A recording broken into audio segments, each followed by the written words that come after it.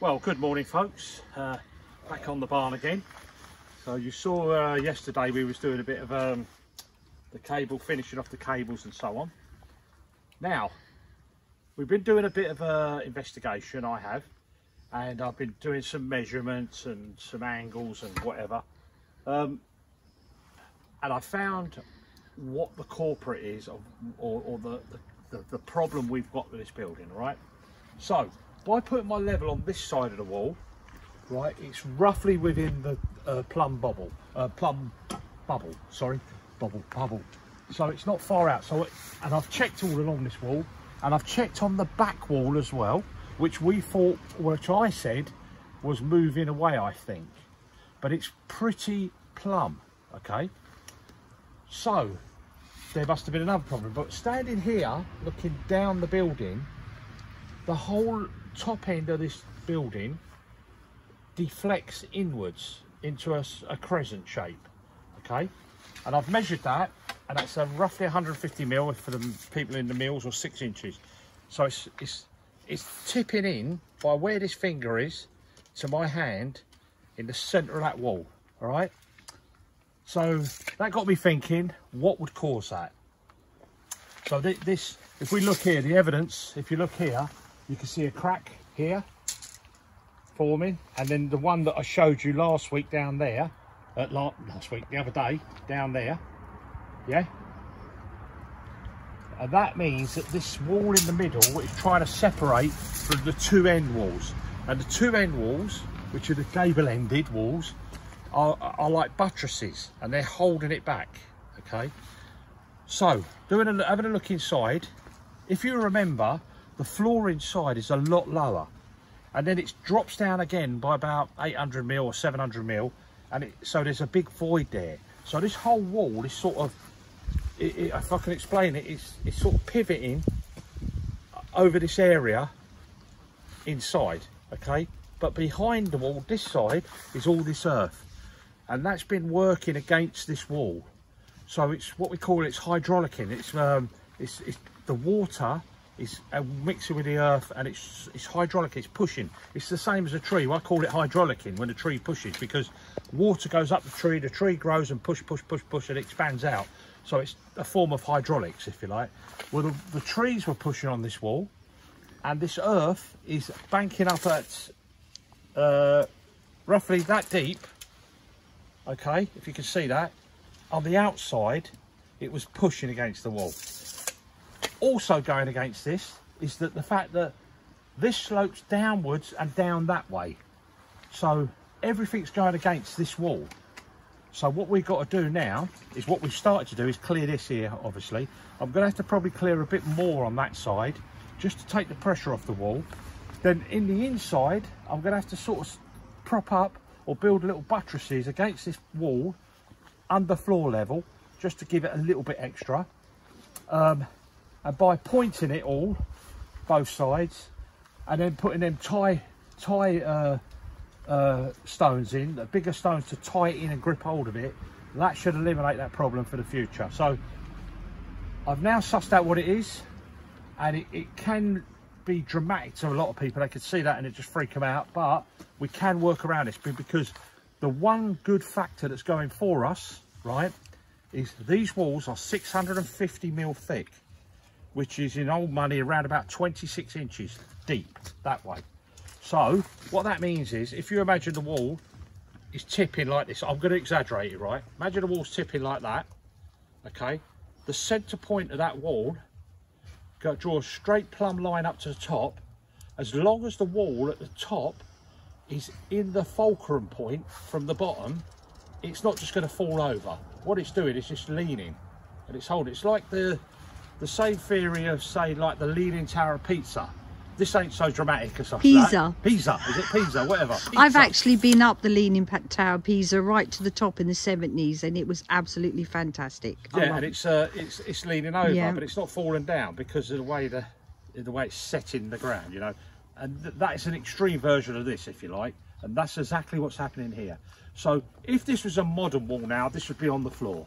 If this was a block and brick wall with a tie and batten bats in between, you know, insulation bats, this would probably have fallen down by now. Okay, the fact that it is a very heavy stone wall at 26 inches wide, so look at your measuring tapes and you'll get an idea. Most of these walls are like this around here. There's a couple of bigger ones over there, but you look at 26 inches, that's the thickness of the wall going all the way up. You know, it could probably go up 2 more stories and still be leaning and be okay. So we're still going to go with it. I'll put a string up here. I don't know if you can see that, Trace. Hang on, let me come down because it's quite muddy. And if you come in here, just come into these boards here and film into there, they might see the deflection. If you can look up and try and visualise the string, folks, you can see how far it's away off the wall in the centre of the wall. Okay? Yeah, it is. If you could see what we see, it does look like a half crescent, but maybe you are picking it up. It's just our perspective looking through the looks a lot worse, phone lens, isn't it? And the thing is a structural engineer or architects, they look at that and they'd probably freak them out and they'd go, let's have it down and rebuild it. We're not doing that. No. We've got a solution and I'm sure it's going to work. More sympathetic architects and structural engineers that work with old buildings understand the dynamics of these buildings. And you can add that. I mean, there's a lot of buildings in France with tipping walls and they're all over the place. Yeah, as long as they've got a roof on them to protect them and a clear bottom, or good, we say in the trade, good wellies and a good hat, right? The rest of it will stay as it is. It won't move no more. Get it all pointed and we can eliminate the problem. Anyway, it's a bit long-winded, but I had to explain that for you. The most important reason I've got to tell you is we're not having a door here now. Ah, okay, we're you can see the James. scaffold I put up here because I was going to start the doorway, but I had to investigate this first. We're not having a doorway there because we don't want to put any undue pressure on this wall and weaken it really, or weaken it in any way. But by taking a big old opening there and only having a little concrete lintel on the top is not going to be enough to grip hold of the tons of wall that's there.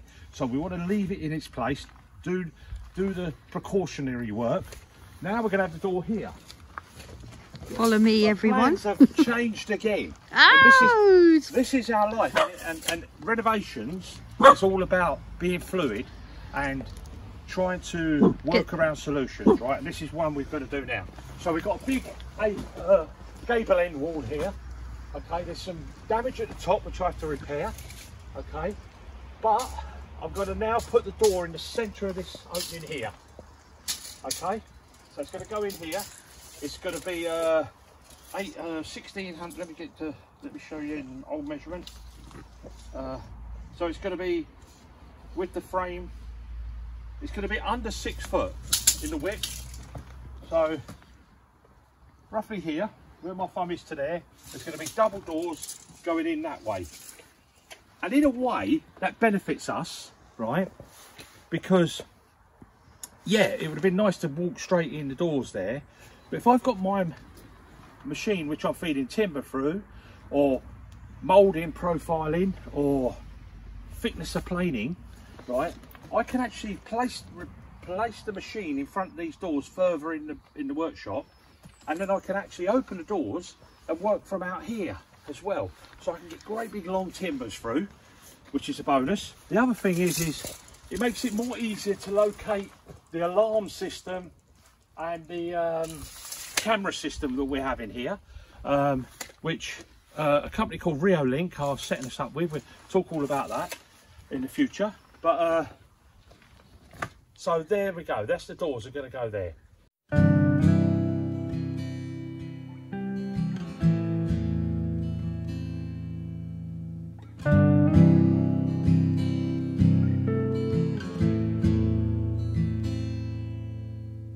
Bride up against the tide, it's always you and I when you want it. Brave, pushing on the waves for a place to stay. Bring the harbor, and our ships are passing. My love, this won't last. Our ships keep on passing, missing in the night, missing it. Today's job for myself and Budo is to erect the scaffold up this side of the barn renovation. so that I can actually reach the top and start working on all the ivy. We've had to put part of the video on time lapse because at the same time we're filming for TV as well, so we've got to, you couldn't have the talking and in the background, so we're probably a third of the way, Budo? Yeah, probably a third away. So we're just bringing all the boards over at the moment. So once this is all erected, I can start the mammoth job of getting rid of all this ivy, and it's been stuck there for what, 50 years or more? Yeah. The actual trunk to the side of the barn. So let me just explain about the, I've got to point with my finger. So over here is the gable end, and we're going to be now putting the double doors in here. I think I've mentioned it because of the wall on this side, which is bowed, but you'll see that as we're doing that. So as we get a bit further on, we'll show you us breaking the pins through, ready to take the support, the wall above. The pins are going to be on acros, and they're going to go either side, inside and outside the building, and they'll take the load weight above, so we could break a hole through for double doors.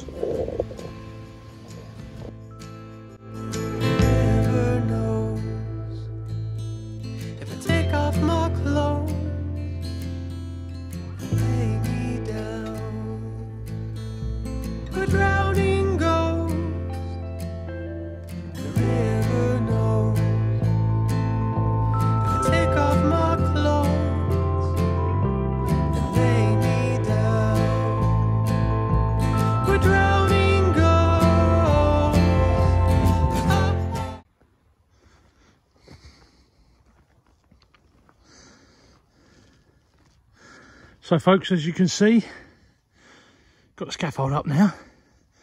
It's raining now, but managed to get it up in time. So I put some safety rails up there because Tracy's going to be pulling off the ivy. She's got a big job to do there. It's got to take time. I don't care how long it takes. She's going to take her time, take it all down. I'll give her a hand if she needs. But I've got to build all this stonework up here. That's what the ivy had pulled off originally. So we'll clear that all down, and then I can start the breakthrough where them holes are there. That's going to be where the lintel's going to go, and then there's going to be double doors in here. So we can go through this way now, because I think I've said a few times, but I'll just keep iterating it. You can see, if you look down that wall, you can see how it bows in. And that means it's all shifted over a very, very long time.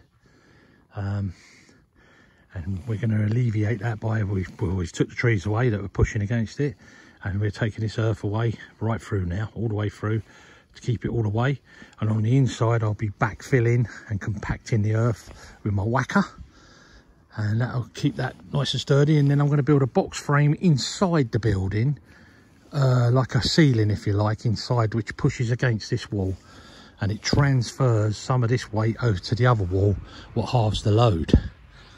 But anyway, things are moving on again. So all this outside work's a little bit tedious for you guys watching, because we have to get this done.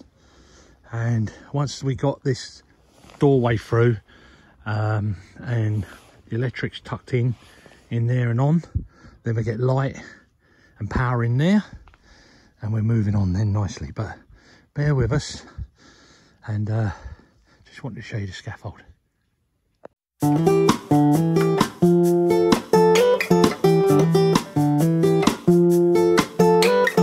Chocolate chips and memories, coffee and homemade cookies, they make me feel at home. Father, brother, mother dear, you're so far but feel right here no matter how far I go. There's love inside. Folks, so I thought I'd give you a little perspective of where we'll be working up here. Mainly Tracy at first, doing the pulling off all this ivy. So we're at nice level now to get most of this. I've got to build all this corner up with stone. Okay, we've got that down at the bottom because it's collapsed out with the ivy. But look, I've put all sand down on the boards for Tracy, keep it nice and skid free, because these boards were a little bit wet.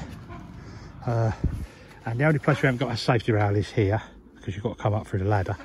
But Tracy's aware of that, and also there isn't much ivy this side anyway. But yeah, just thought to show you this perspective. So scaffold's built. I've put in a brace in here. I've put some bracing down the bottom there and there. And obviously this one here to stop it going racking, if you like. And I've put this pole up here that pushes against the wall. So the scaffold's being pushed out a little bit this way, if you like. And it keeps it sturdy so it doesn't rock backwards and forwards. And then I've overhung it, so when I start to bring up the stone, which is down there, if you can see that, just here somewhere, I'm going to put my pulley wheel on here, and then we can pull it up in the bucket on the pulley wheel, and then just land it on here on the landing, and then I can get up there. But actually, no, it won't be. It'll be going up a bit higher because I've got to go another level here to do the stone work. So we'll wait till Tracy's cleared first so we can do that. But yeah, so we've had a great day today. A lot of progress. We had the filming for the new series we're going to be on TV, and the camera lady's gone now. So we're now we're just now finishing off up here. I put some safety rails up here for Tracy as well. I want to keep her as safe as possible. Bars across there. So it's all good in the hood. So let's crack on. Okay folks, so we have a collaboration with a fantastic company called X-Sense, which do warning devices and alarms for carbon monoxide and fire alarms as well, systems. We're coming into the season now where we start to use the wood burner wood burners in our property, and it makes sense that we're doing all this work that we should be putting up smoke alarms. They do this setup, this box they send out. It has 12 alarms in it, and it also has a base station. So if you want to link them and link it to your mobile phone, you could do that, but you don't have to do that. All of these come with batteries in as well, ready to go. It's a fantastic system. Can't wait to put it up around the house. I'm going to just quickly open it up and show you that. And I would highly recommend them. Check out the link. Tracy will put the link up for you guys, and just have a look at them. They're really well priced, and it will make you safe, yeah? Especially if you have wood burners, open flame fires and such. And this one is very important for us because it's going to go in our bedroom as a carbon monoxide alarm, and that is to protect us when we're asleep, because we do have a wood burner in there. Let me open it up and show you. So on the carbon monoxide alarm, this is what you get. The battery's included as well in this. We've got a test button here. We can just test it. Hold on to the test button. Get a high pitch, if you like. It powers up with a light as well. Green power, red for alarm, and yellow for a fault. So it's nice and easy to follow along and keep, you know, its serviced by putting a new battery in there. Smoke alarm and the base station, or smoke alarms I should say, and the base station come in a nice package box. I'll just move it into position here for you. Comes with an instruction manual, very simple, many languages. You get the base station unit, which is nice and small, compact. You get the let me just put them down there. You get the plug-in socket for your country, and a little charger unit. And then inside you get 12 alarms. There's 6 on top, 6 at the bottom. They're lovely size, more discreet than the old-fashioned big round ones. Nice and discreet. They come fully with a battery, all of them. You just pull the tab and you're lined up, and a mounting unit, and they come with all the screws on every one to fit them as well. So it's a great little package you get there. That's 12 you get in the box, and you know, it's a great safety item for us. Every room in the house will be fitted out with these as we do the renovation and finish things off. These will be going in, and that will give us full protection and security at night when we go to sleep. I'd just like to thank X-Sense for sending out this product, and we look forward to using it. And check out the link, everybody.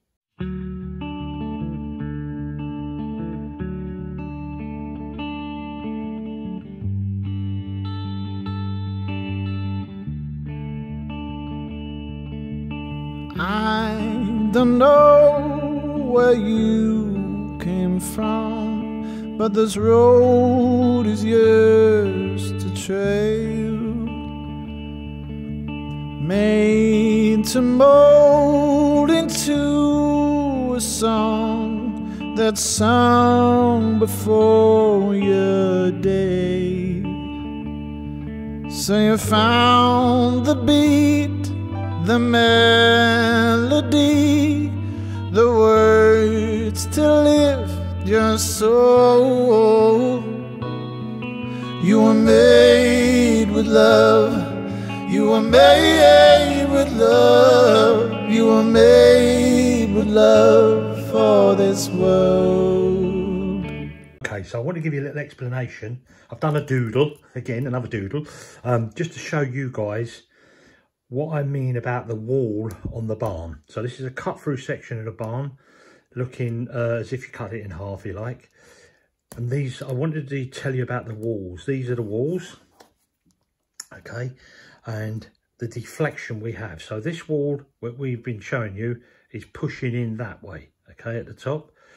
And the distance is about 150 mil or 6 inches in old money, pushing in. So that's from there down to the bottom is 6 inches deflection at the top. The bottom of the wall is very stable and sort of square, and you know, it's in its position. It seems to be the tops pushed over.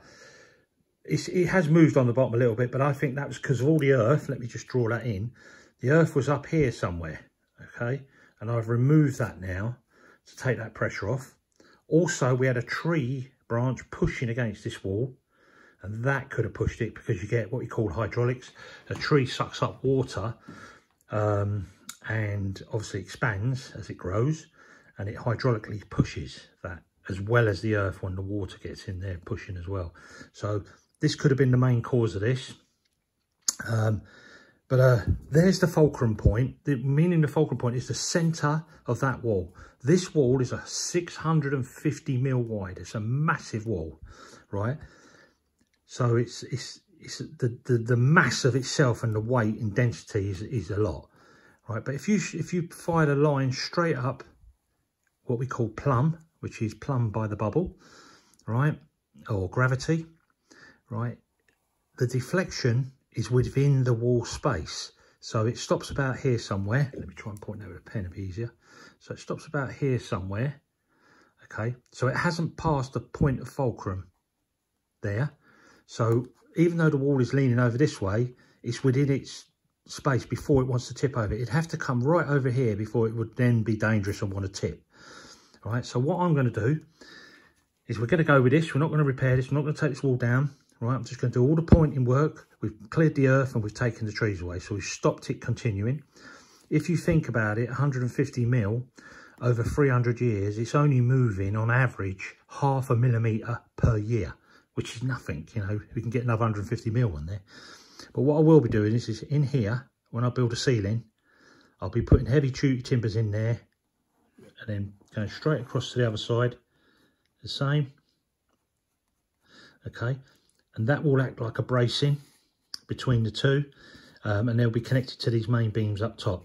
So that'll all come later, but that's just to give me a little bit of extra security. That doesn't have to be a massive timber either. That can only be, that only needs to be about 4 inch, roughly, or a bit bigger maybe. But anyway, I just wanted to sort of give you an idea, in case it was a bit confusing for some people, of what that wall is doing.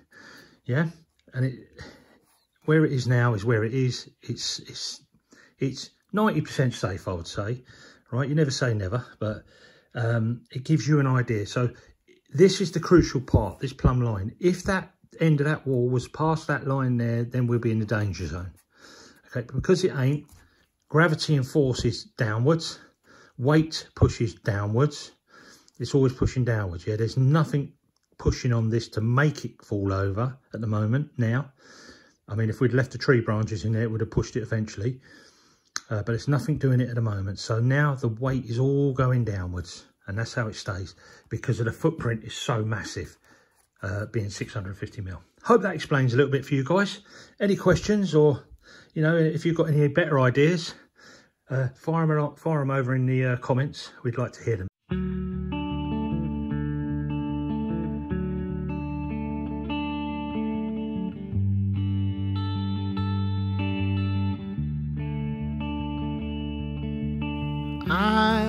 don't know where you came from, but this road is yours to trail,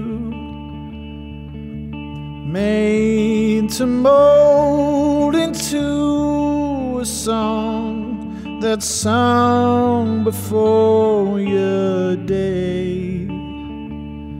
So you found the beat, the melody, the words to lift your soul.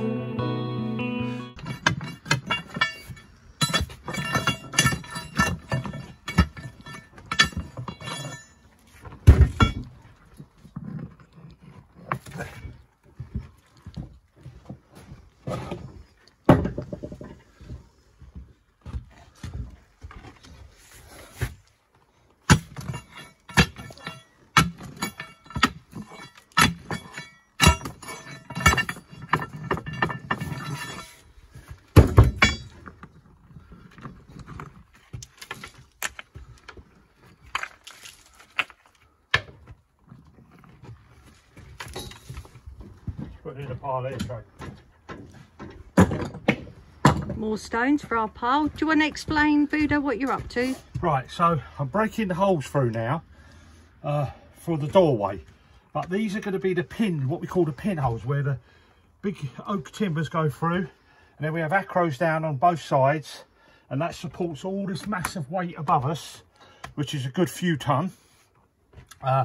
Bearing in mind that the supportive weight of any structure is 45 degrees, right? So if a stone is here and it's sticking out, the next stone on top, it can support up to 45 degrees. It's not ideal, but it can. So that means that the weight is just the center weight, not all the weight of the building. So I've got a long way to go yet. I've got through to 500 mil, which is old money, 20 inches roughly. I need to go in another, well, I want to get up to about 26 inches. I'm 20, so about another 6 inches, 150 mil. All right, so I'll do one here, I'll do another one here, and then down here, you can see this white line, Trey? Yep. Right, that there is the bottom of the lintel. So once I've put the pins in, then I'll remove all this space here, build up the shuttering box, put my steels in, and then pour my concrete, and then I'll rebuild this all back in and then take out below to keep safe, because we want the mass of the weight just to hold up in case anything does drop. It drops onto the wall and not all come piling down and dragging everything else down with it. We've got something interesting to show you up at the top in a minute, but we'll film in a minute. Just get this last little bit out here, and then I've hit the back wall. So now I've got to bash the back wall out, which will be the dressed stones, which will be these dressed stones here. That's on the back wall, because all the centre of these walls are infill. Yeah, so they build up the nice side. They normally work off a wooden frame on the ends, and then they backfill inside, compact it with all the broken stones, and then they put the nice dressed side on the inside as well, which they've done here. But we're getting there, and it's all going smoothly at the moment, fingers crossed. I can't cross my fingers. Yep.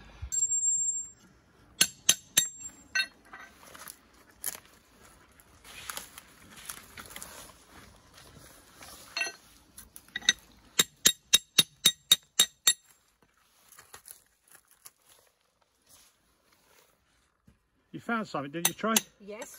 You want to show us? I don't know if you'll be able to catch it on camera, but look through there and I can actually see the corrugate. Come around that way. Yeah, sort of. Look, can you see the light? I can see a tiny bit of light in the back there. Little dot of light just there. That's the corrugated roof. The corrugated roof. So that's a hole all the way dressed in the building. And look at this. Let me see if I can. Oh, it'll be about 26 inches, Trace. Yeah, look, I can't even feel the end. So that was probably something to do with the construction. Yep. How they held the scaffold up, and we found one directly underneath it, didn't we, Trey? Look. Yes, we did. So another one there. And I can't actually see anything through there, so. Yeah, but it goes all the way through. And we're no doubt we're going to find a couple of more behind this ivy. Yep. Here. Let's have a little quick look. I can see one, I think, straight away. Yeah. So there's another one here, and you can see daylight in there. I hope you can anyway, guys. See daylight in there? So that's another hole all the way through the wall. Shows you the depth of these. And there's one directly below it. Another one there. So... Do you know what I think these could have been? Because if you go on the other side, I'm sure you can see some of these openings. So do you think they were for beams or...? Unlikely, because they're a little bit small. I would have said they were building construction. They would have put, like, I think they call them puddock holes or something. Right. And you put timber all the way through them to the other side. Yeah. It gets a little blocking, like a brace down the back of it. Right, okay. It sticks out here and out this way. Yeah. And then you put a scaffold on it. Right, or boards, and you can work off it. So like medieval ladders or stepping stones. Well, that's what it is. That's how they used to. They didn't have red scaffolds like we got. No. But what I'm going to do is just chip away at all these little bits. I've done all this already. Then I'm going to get my saw and very gently start sawing this. But let me just show you. It's a thankless job, really, this one, isn't it? Yeah, but it has to be done. You can't whinge about it. But look at this. This way you have to be careful. Yeah, they're loose on the top. Loose stones there. And that old pearl in there is rotted out. But we'll at some stage change this roof, and that'll be a lovely job for me. I enjoy that sort of work. Yep. But look, you're going to carry on with that. Yes, I am. I'm going to carry on underneath, breaking through for our pins, and then we're going to discuss this up here, Trace, because I'm a little bit worried about these stones just hanging over there. I think we might have to get a little ladder up and just pull them couple off, because they're at a precarious angle, and I don't want them to slip down and hit you on the head. The problem is you might end up damaging one of the stones. Sorry, do I need to laugh at that? Don't give up your day job. Do not become a comedian. All right, never mind. Okay, but the trunks of the ivy are really thick, and they're just like glue. So we got to be super careful. Yeah, look how they are stuck into the. I mean, look, really tight into the so I'm just using the wall. So Tracy's got to slow. Don't matter how long this takes you. Just take your time and do it. You know, do it so we don't damage the wall. But you've already done a little bit there. Let's go back here again. So she's exposed that hole there. So this has been cleared. And you've only been going, what, about an hour? Yeah, not even that. Done well. Right, let's crack on. I'm hanging on the ladder. Hey.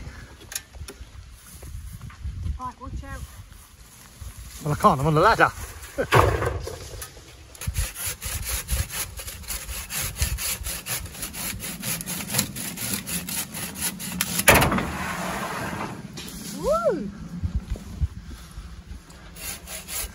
Come more this way, Trey.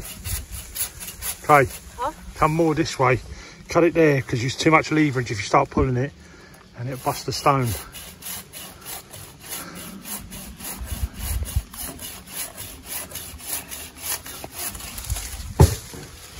Oh, I wish it would all come off that easy. Just do this one.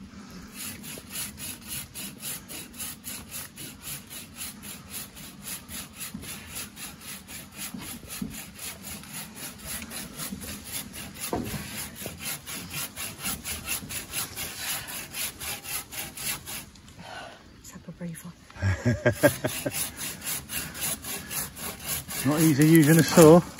Huh? Not easy if you're not used to using a saw. Oh, nice one. Funny angle as well, isn't it? You had to go away from the ladder because I didn't want it to fall on my head. Woohoo! Getting there slowly. Slowly. We got the rain again. Yes. It's like we've just moved to the rainiest place in the world, isn't it? I think though this year's been a very strange year, and it now feels like autumn is coming. But the thing is, me and you are starting to go in that autumnal mode, aren't we now? Yeah. Because obviously the summer just feels like it's gone. Yeah. But now we've got to get the pace up, pick the pace up, and get things done. Yeah, we always do. Before that really cold weather comes, so. Yep. Which is a couple of months away yet. But fingers crossed. We have had a strange year this year. Loads of rain. I think it's rained probably 60% of the year. Yeah, definitely. At least. So, but anyway, it's raining now, so we'll crack on and get as much as we can done before the it teams down on us.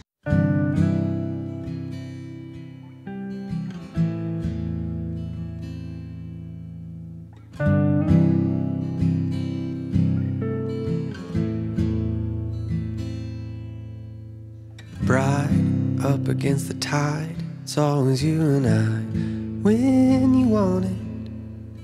Brave, pushing on the waves. Right, I've just having a rest. Broke through with the pins, I'll show you in a minute, but Tracy's working away hard up there. Getting the ivy down, she's about a third of the way into it. And it's coming off easy enough, isn't it? It's coming off really, well, not really easy, but a lot easier than I thought it would. Yeah. And what I'm going to do is when I get to the really thick trunks, I'm just going to saw them in 3 or 4 sections and then use the crowbar to pull them out. So they should come off. But yeah, it's not too bad. It's looking good though. Yeah, it's looking better, good. isn't it? Yeah, 100%. Well, all that bit you've done already, I'm looking forward to seeing it when it's done. And when we get this wall fully pointed up as well, it'll look beautiful. And I'll just show you these as well. So, without tripping over and break my neck. So I've got the holes all the way through. Right there, I've measured them, they're actually 700, not 650. 700, so this side wall must be a bit thicker than the other ends. But it's 700 mil. I'll put these through, they're 2.1 meters long oak beams, or pins we're calling them. And we're going to set the acros up, but I've got to just go and sort out some base plates because I don't want it sinking into the mud. And then them two there should hold up 45-degree angle, everything above it. And then the rest is self-sustaining with its, you know, from here. So say we cut from here, the lintel hole, everything going up to 45 will hold itself up. Same with the other side. And then we're relying on the pins to hold the rest of it up. And then I can cut below that out, or move the stones down, out of the way, build a shuttering box, put some steel in, put the concrete in, let it set, and then when that's done, then we can take the rest of it out and we've got a doorway. It's a bit of a one-man job here at the moment, but really normally that's a 2 or 3 man job. Even what Tracy's doing is a couple of person job as well, isn't it, Trey? It sure is. And you're doing well. But we just got to get on, ain't you? It's part and parcel of it.